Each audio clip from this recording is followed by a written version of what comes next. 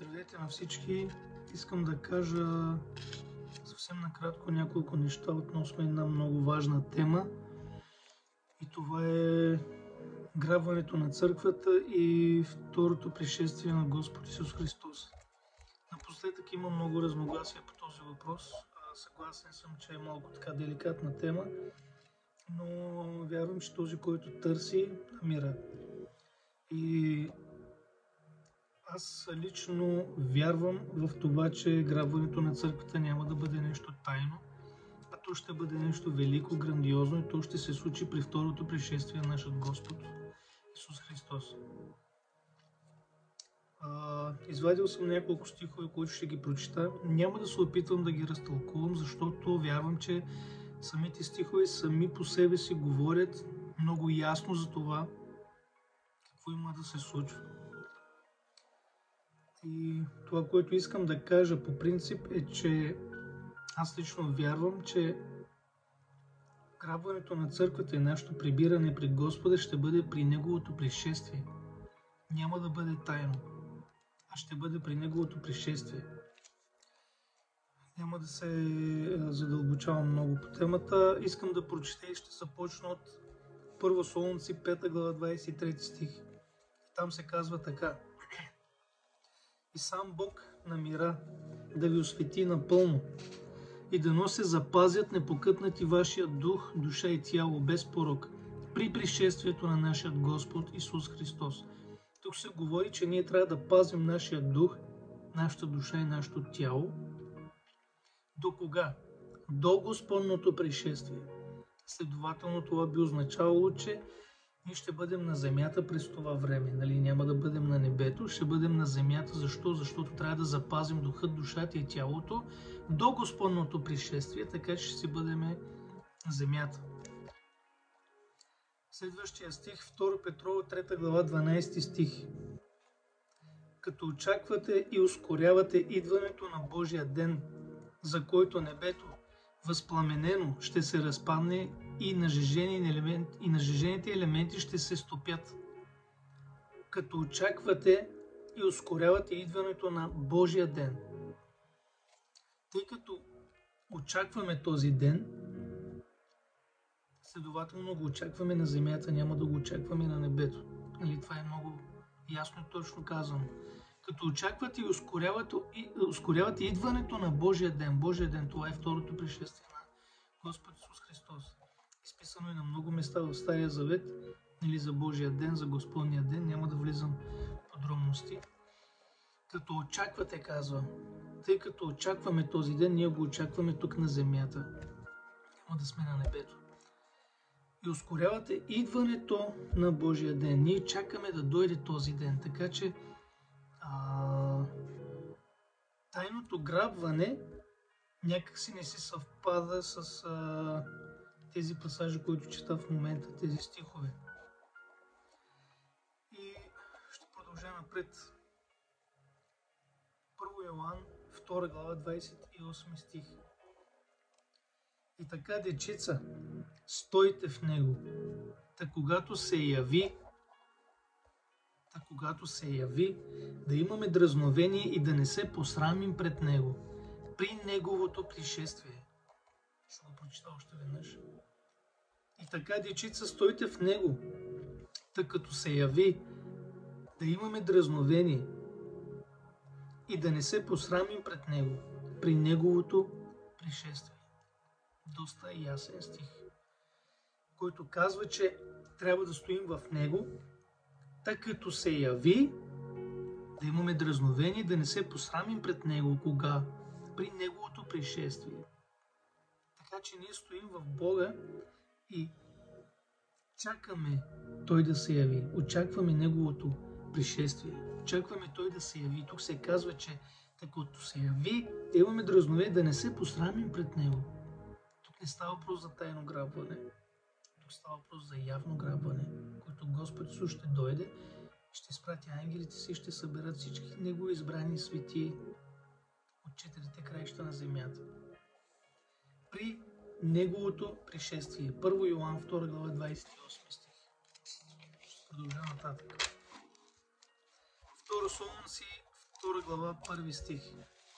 А въз основа на пришествието на нашия Господ Исус Христос и нашето събиране при Него, молим ви, братя, да не се разколебаете, нали така продължава на долу стиха. Ще погледнем само тук, горе, където се казва въз основа на пришествието на нашия Господ Исус Христос и нашето събиране при Него. Мисля, че няма нужда да се разтълкува този стих, тъй като е много ясно и точно изписано и разбираемо, че по време на Господното пришествие тогава Господ ще ни събере при Него. 2 Солунци, 2 глава, 1 стих.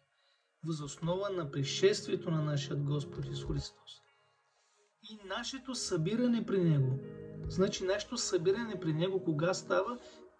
При Неговото пришествие. А Неговото пришествие ще е нещо явно, нещо голямо, нещо грандиозно. Няма да е тайно. Ще продължа нататък. Яков 5 глава 8 стих.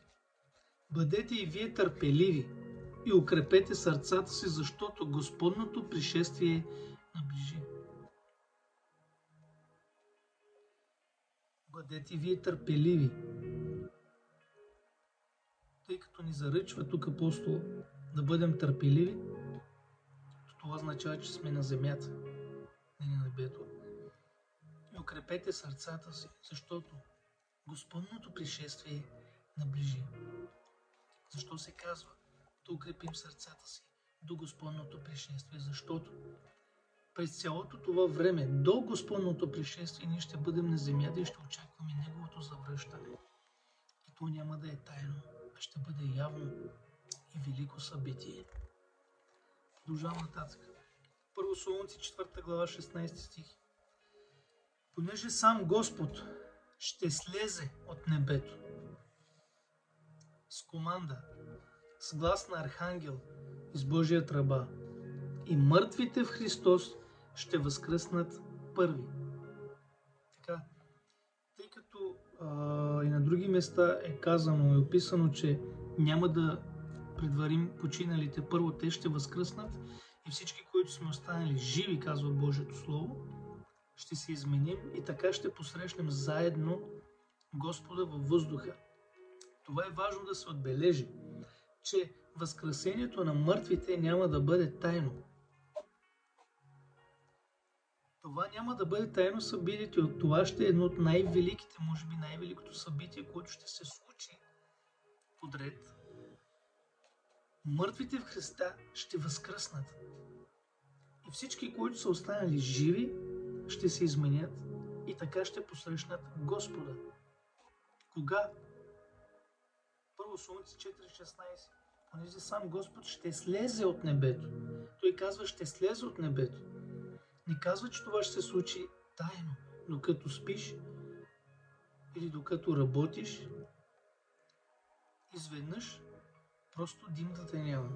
Да, може да се случи докато спиш, докато работиш, но какво ще се случи? Ще се случи това, което има да стане. Това е Господното пришествие. И всяко око ще го види. Ще продължа нататък. 1 Солунци 4.15. Защото това ви казваме, чрез Словото от Господа, че ние живите, останалите до Господното пришествие. Че ние живите, останалите до Господното пришествие. Значи до Господното пришествие ще има живи хора, които ще го очакват. Няма да изпреварим починалите. Този стих също много ясно говори и казва, че първо ще възкръснат мъртвите в Христос. И след това ние, живите, останете до Господното пришествие, няма да изпреварим починалите. Първо те, после ние, които сме останали живи до тогава. Но тук се говори за Господното пришествие. Не за тайно грабване, не за тайно събитие. Продължавам нататък. Яков 5.7. И така, братя, бъдете търпеливи до Господното пришествие. отново се говори за търпение. До кога? До Господното пришествие, което означава, че до Господното пришествие, тъй като ще ни трябва търпение, ние ще се бъдем тук на земята, няма да бъдем на небето. Нали? Продължавам нататък. 1 Коринтияни 15 глава 23 стих. Но всеки на своя ред. Христос първия плод, а после тези, които са Христови при Неговото пришествие. После тези, които са Христови, кога? При Неговото пришествие. А Неговото пришествие няма да е тайно. То ще е очевидно, велико и грандиозно събитие.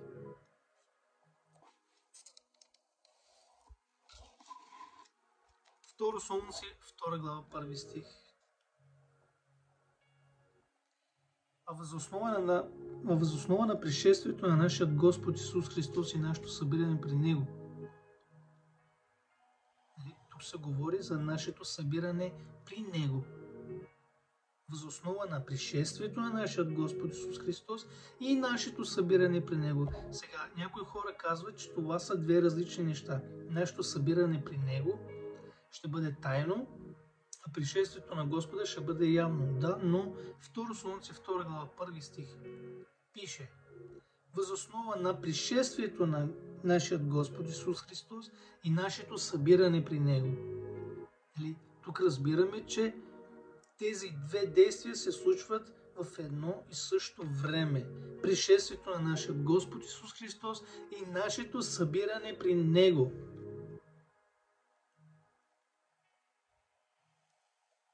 Евреи 9:28.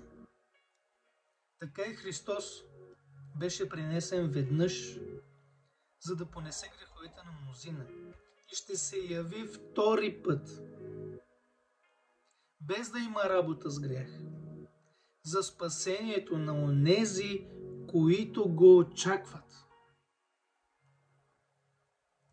Значи, ясно е, че всички очакваме Христос, но кога ще дойде Той?